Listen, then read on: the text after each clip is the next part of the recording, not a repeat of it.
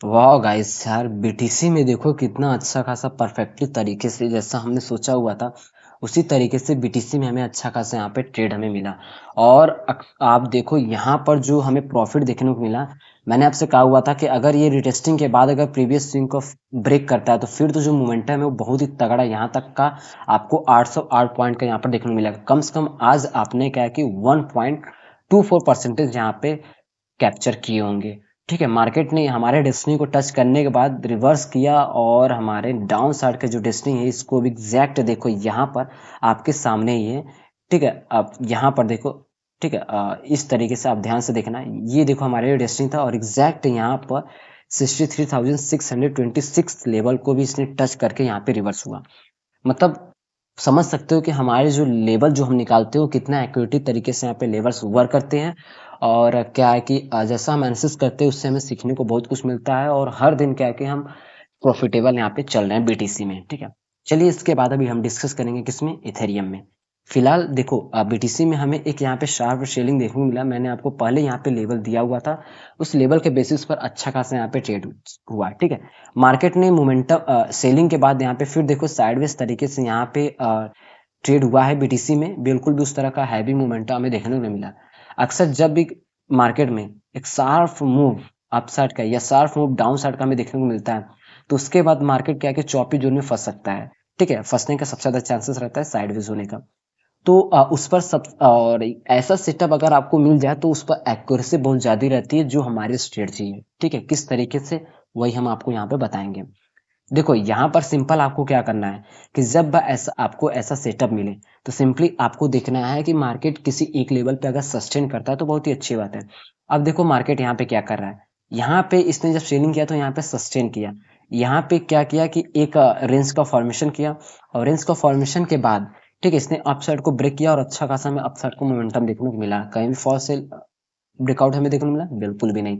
Range हमारे लिए यहाँ से भी आप ले सकते हो और यहाँ से भी। ठीक है, और ये जो कैंडल है ये है कैंडल। ठीक है, इसने क्या किया अपसाइड को ब्रेक किया अच्छा कम। फिर से रेंज को फॉर्मेशन कर रहा है तो हमारे लिए यहाँ पे दो लेवल निकल के आएंगे।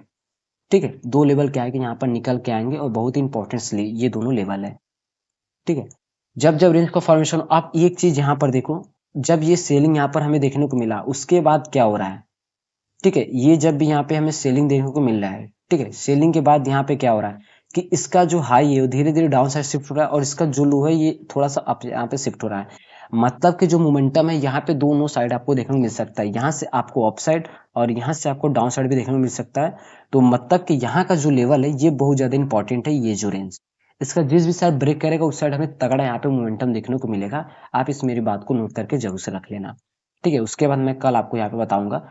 ठीक है, अब यहाँ पर देखो लेवल्स कौन सा है हमारे लिए। अब लेवल देखो यहाँ पर ये जो कैंडल है इस तरीके से एक जोन की तरह आप यहाँ पे ड्रॉ कर सकते हो। ठीक है, ये हमारे लिए अपसाइड के लिए यहाँ पर जोन निकल के आ चुका है।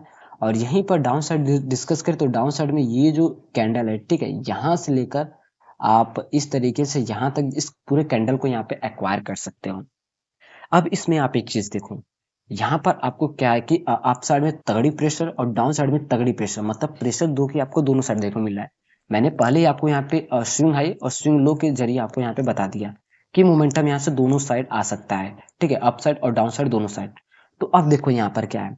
चांसेस किस साइड है सबसे ज्यादा ब्रेकआउट करने का और ब्रेक करने का। ठीक है, देखो चांसेस सबसे ज्यादा क्या है यहाँ पर अगर देखा जाए तो चांसेस मुझे सबसे ज्यादा यहाँ पे किस साइड लग रहा है।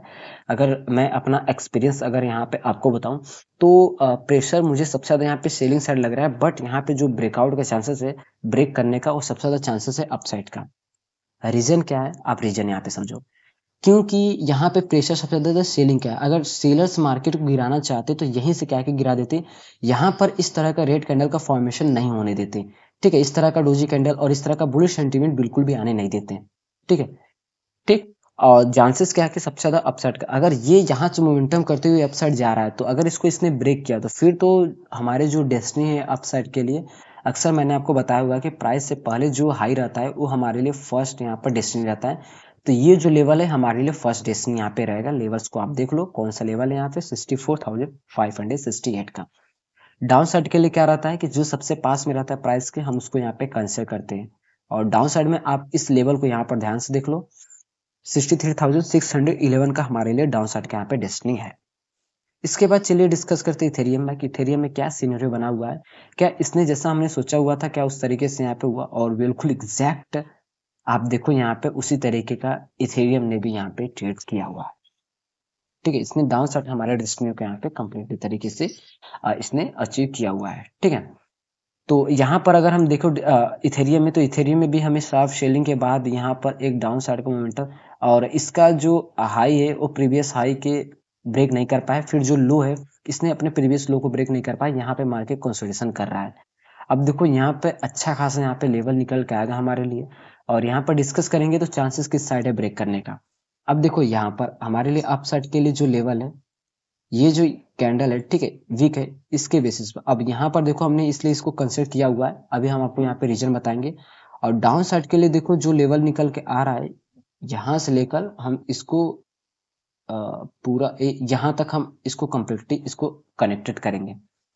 अब देखो मार्केट इसमें तो चौपी जोन में फंसा हुआ है। अब प्रेशर अप साइड के लिए, डाउन साइड के, दोनों साइड के लिए बहुत ज्यादा प्रेशर है। मार्केट ने एक लेवल को कितनी बार टेस्ट किया है, 1 2 3 4, इसको भी टच करने की कोशिश किया, मतलब 5 टाइम हम यहाँ पे ले सकते हैं। और यहाँ पर 1 2 3 टाइम, और इन दोनों को 5 टाइम, मतलब कि इक्वली 5 टाइम्स अपसाइड और 5 टाइम डाउन साइड, दोनों साइड इक्वली है, मतलब ब्रेकआउट का ब्रेक करने का चांसेस जो कि अपसाइड और डाउन साइड दोनों साइड के लिए है। तो इसको प्रेडिक्ट करने के लिए एक आसान सा तरीका है कि हम देखते हैं कि सबसे पास में डेस्टिनी कौन सा है। अपसाइड के लिए सबसे पास में डेस्टिनी हमारे लिए ये लेवल है। ठीक है, अपसाइड के हमारे लिए कौन सा डेस्टिनी, ये लेवल सबसे पास में है। और प्राइस के मुकाबले अगर देखा जाए, प्राइस जहाँ पे अभी ट्रेड कर रहा है, ठीक है, यहाँ पर 19.50, और यहीं पर डाउन साइड के लिए जो डेस्टिनी है, अक्सर मैंने आपको सिखाया हुआ है, जो हम स्ट्रेटजी फॉलो करते हैं बीटीसी में, वही स्ट्रेटजी इसमें फॉलो करेंगे इथेरियम में भी। प्राइस के बिल्कुल पास जो बिल्कुल इक्वली हमें देखने को मिल रहा है, ठीक है, ऑलमोस्ट अराउंड ही देखने को मिल रहा है। तो जो चांसेस है दोनों साइड का, देखिए इसके बेसिस पे मार्केट मतलब कंफ्यूज कर सकता है। तो देखो अगर इसने एक लेवल को पहले ब्रेक किया तो समझो उस साइड ट्रैपिंग आपको कंफर्म देखने को मिलेगा, क्योंकि ऐसा सिनेरियो मार्केट ट्रैपिंग सबसे ज्यादा करता है। अगर इसने अप साइड को ब्रेक किया तो हम बैठेंगे किस साइड, रिवर्सल के लिए। अगर इसने डाउन साइड ब्रेक किया तो हम बैठेंगे किस लिए, अप साइड के लिए। और यहीं पे हम तभी सेम सिनेरियो में तभी जाएंगे जब ये ब्रेक करने के बाद रिवर्स करे और दोबारा जब इस लेवल के अंदर आए, फिर हम यहाँ प्लान करेंगे, या हम यहाँ पे बिना रिटेस्टिंग का बिल्कुल भी ट्रेड यहाँ पे प्लान नहीं करेंगे। सो ट्रेडर्स, आप लोग इस तरीके से बीटीसी और गोल्ड में इस तरीके से यहाँ पे ट्रेड प्लान कर सकते हो।